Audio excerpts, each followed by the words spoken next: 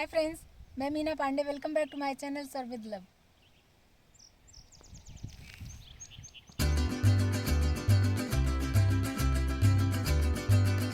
तो फ्रेंड्स, इस तरीके से मेरा ये टी टाइम स्नैक्स बन के तैयार हो गया। आप लोग भी बनाइए।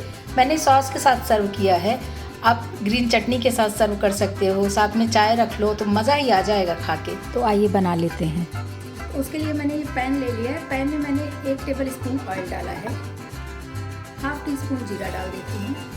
मैंने थोड़ा सा कॉर्न लिया है, स्वीट कॉर्न फ्रोज़न है, स्वीट कॉर्न लिया, थोड़ा सा मटर लिया, इसको डाल देते हैं।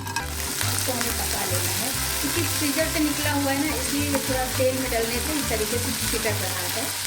टेस्ट अकॉर्डिंग नमक डाल देती हूँ, इसकी वजह से कॉर्न और मटर हमारा जल्दी से पक जाए। कॉर्न मटर हमारा पक गया है तो इसको इसे खड़े तो रहने नहीं दे सकती, थोड़ा सा इसको मुझे क्रश करना है। मैंने पाव भाजी मैशर लिया है, इस तरीके से मैं क्रश कर देती हूँ। ये हल्का सा क्रश हो गया है। 3-4 मैंने आलू लेके ग्रेट कर लिया। आलू उबाल के मैं इसको फ्रिज में रख दी थी, ठंडा हो गया था, उसके बाद ग्रेट किया। इसीलिए देख रहे हैं ना, इसके ऐसे लच्छे लच्छे से दिखते हैं। अगर गर्मा गर्म हम इसको ग्रेट करेंगे आलू को ना, तो इस तरीके से नहीं होगा, गीला गीला सा हो जाएगा। तो इसको फ्रिज में रख के ही ग्रेट करिए। तो पोहा लिया है, पोहा लेके इसको मिक्सी जार में मैं ग्राइंड कर लेती हूँ।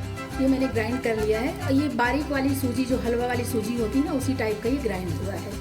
तो इसको डाल देती हूँ। 1/4 टीस्पून गरम मसाला डालूंगी। मैंने अभी कुछ टाइम पहले मसालों का पाउडर बना के तैयार किया है। 1/4 टीस्पून में इसमें जिंजर पाउडर डाल रही हूँ। आप चाहिए तो अदरक भी काट के डाल सकते हो या फिर जिंजर डालिए तो बेस्ट है। 1/4 टीस्पून टमाटर का पाउडर डाल रही हूँ। ये सारे मसाले मैं वीडियो अपलोड किया है, तो आप वहाँ से देख सकते हैं। थोड़ा सा धनिया पत्ती डाल देती हूँ। नमक मैंने पहले ही डाल दिया है। अभी इन सब चीज़ों को मिक्स कर लेते हैं। 2 टेबल स्पून पानी का यूज़ करूँगी कि ये थोड़ा सा बाइंडिंग जैसा हो जाए, क्योंकि सभी कुछ सूखा सूखा सा है ना, इसलिए बस सभी चीज़ों को अच्छे से मिक्स कर लेते हैं। और जो पानी डाली हूँ उसको भी पक जाने देती हूँ। तो ये देखिए, इस तरीके से बाइंडिंग होने लगा है, बस इसी तरीके का हमें ये चाहिए था। सभी कुछ मिक्स हो गया। अभी गैस को बंद कर देती हूँ और इसको मुझे थोड़ा सा ठंडा कर लेना है। स्टील की थाली ले लिया है, इसी में मैंने ऑयल ग्रीस कर दिया है। पूरे प्लेट में ऑयल ग्रीस कर दिया है, इसी प्लेट में मुझे डालना है। इसको इस तरीके से मैंने प्लेट पे सेट कर दिया है। इसको 2 घंटे के लिए मैं फ्रिज में रख देती हूँ। फ्रीजर में नहीं रखूँगी, फ्रिज में रख देती हूँ। 2 घंटे के बाद फिर इसको मैं दिखाऊँगी। तो फ्रेंड्स, ये 2 घंटा मैंने फ्रिज में रख दिया था। ये अच्छे तरीके से सेट हो चुका है। तो अभी इसको चाहे मन चाहे पीस में काट सकते हो, चाहे लंबे लंबे काट लो, या टिक्की बनाना है तो गोल गोल सा काट सकते हो। मैंने ये नाइफ ले लिया, इसी से मैं कट करूँगी। तो आप चाहिए तो बर्गर के लिए जो टिक्कियाँ तैयार होती हैं ना, वो भी इसमें टिक्की भी बना सकते हो। तो मैं कुछ टिक्की काट लेती हूँ, कुछ लंबे लंबे से इसे स्ट्राइप्स काट लेती हूँ। बहुत मोटी पट्टियाँ नहीं काटूँगी, इस तरीके से मैं इसे काट लेती हूँ। इस तरीके से मैंने ये पट्टियाँ काट के निकाल ली हैं, सारी निकाल ली काट के, और बहुत आराम से ये कट के निकल जाता है। ये फ्रिज में रखने की वजह से इस तरीके से ये टाइट हो जाता है। मैंने ये मैदा और पानी का स्लरी तैयार किया है। 3 टेबल स्पून मैदा ले लिया और इसी में पानी डाल के इतना गाढ़ा सा ये स्लरी बन के तैयार हुआ है। और इधर मैंने ये थोड़े से ये ब्रेड क्रम्स ले लिए हैं। आप चाहिए तो पोहा को क्रश करके इस तरीके से वो भी आप ले सकते हो। तो ये पट्टियाँ काट ली हैं ना, बस इसको हमें स्लरी में ऐसे डिप करना है, चाहे तो स्पून की मदद से इस तरीके से ऊपर नीचे पूरा चारों तरफ से एकदम डिप कर देना है। इसके बाद स्लरी में से निकाल के मुझे जो ब्रेड क्रम्स तैयार की हूँ ना, उस ब्रेड क्रम्स में डालने हैं। ये पूरा एकदम गिर जाने देते हैं, जो इसका लिक्विड गिर रहा है। इसके बाद ये ब्रेड क्रम्स में इस तरीके से मैं इसको, ये देखिए, कोट कर दे रही हूँ। ये देखिए, अभी ये कोटिंग हो गई है। इसी तरीके से मैं बाकी के भी कर लेती हूँ। मैंने 2-3 ये सूजी में भी कोटिंग किया है, क्योंकि मुझे ये भी दिखाना है कि किस तरीके से सूजी से जो कोट हुआ रहता है कितना क्रिस्पी होता है। और आप चाहिए तो इसको ऐसे ही जिप लॉक पैक में इसको स्टोर करके आप फ्रीजर में भी रख सकते हो, तो आप लंबे टाइम तक उसको यूज़ कर सकते हो। आइए इसको मैं फ्राई कर लेती हूँ। जितना भी आ जाए कढ़ाई में उतना डाल दें। कढ़ाई में मैंने फ्राई होने के लिए डाल दिया है। गैस को मैं स्लो टू मीडियम के बीच पे रखूँगी और बस इसी तरीके से तेल को हल्का से ऐसे उछालती रहूँगी। ये दोनों तरफ से इसको मैं क्रिस्पी करके पका लेती हूँ।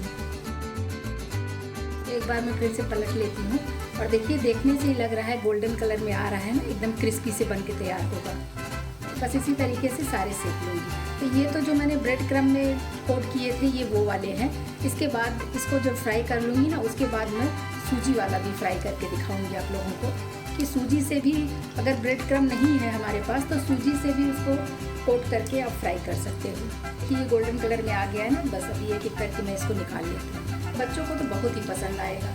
बच्चों को घर में ही खाने की आदत पड़ेगी ना तो अच्छा रहेगा। बाहर अच्छा मिलता है कि नहीं मिलता है, कैसा बनता है, कुछ पता नहीं होता है। तो घर में बनाएंगे तो टेस्टी भी बनेगा और हेल्दी भी बनेगा। जो मैंने सूजी का कोट कर लिया ना, इसको डाल देती हूँ। अपने आप को बचाते हुए डालना है कि इसका छिट्टा भी नहीं पड़ना चाहिए आपके ऊपर। कुछ मैंने लंबे लंबे में कोट किए, कुछ मैंने ऐसे गोल गोल टिक्की बनाया। जैसे बर्गर बनाने के लिए इस तरीके की टिक्की की ज़रूरत पड़ती है ना, तो इसी तरीके से मैंने इसको भी बना लिया है। इसको मैं उलट पलट के पका लूँगी, लेकिन जैसा वो ब्रेड क्रम्ब वाला गोल्डन कलर का हुआ है ना, वैसा गोल्डन कलर ये नहीं होगा, क्योंकि ये मैंने सूजी का कोट किया है ना ऊपर। लेकिन ये क्रिस्पी भी ये भी बहुत होगा। ये सिर्फ वाइट वाइट दिखता रहेगा कि इसकी कोटिंग वाइट का है इसलिए, बाकी ये भी बहुत ही क्रिस्पी होगा। सूजी का कोटिंग करके एक रेसिपी डाल रखा है, तो मैं लिंक दे दूँगी तो आप वहाँ से देख सकते हो। आप चाहिए सूजी की कोटिंग करिए या फिर पोहा को लेके मिक्सी जार में ग्राइंड कर लीजिए, उसकी भी कोटिंग दे सकते हो। उसकी भी कोटिंग बहुत अच्छी होती है और क्रिस्पी भी होता है। ये देखिए, और ये भी बिल्कुल भी खुल नहीं रहा, बहुत अच्छे से ये भी सिक रहा है। तो बस इसको उलट पलट के करारे क्रिस्पी तक मैं पका लूँगी, क्योंकि ये गोल्डन तो होगा नहीं, थोड़ा लाइट कलर में रहेगा ये, उससे फ़र्क नहीं पड़ता, लेकिन क्रिस्पी बहुत होगा। तो फ्रेंड्स, मैंने इस तरीके से दोनों टाइप से फ्राई कर लिया है। तो मैं आपको ये दिखाती हूँ, सुनिए कितना क्रिस्पी है। इस तरीके से आप लोग बनाएंगे ना तो बच्चे तो बस खुश ही हो जाएंगे। तो फ्रेंड्स, इस तरीके से मेरा ये टी टाइम स्नैक्स बन के तैयार हो गया। आप लोग भी बनाइए। मैंने सॉस के साथ सर्व किया है, आप ग्रीन चटनी के साथ सर्व कर सकते हो, साथ में चाय रख लो तो मज़ा ही आ जाएगा खा के। तो आप लोग भी इस तरीके से बनाइए। अगर आपको मेरा तरीका पसंद आया हो तो लाइक और कमेंट्स करना बिल्कुल भी मत भूलना फ्रेंड्स। लास्ट तक मेरी वीडियो देखने के लिए थैंक यू।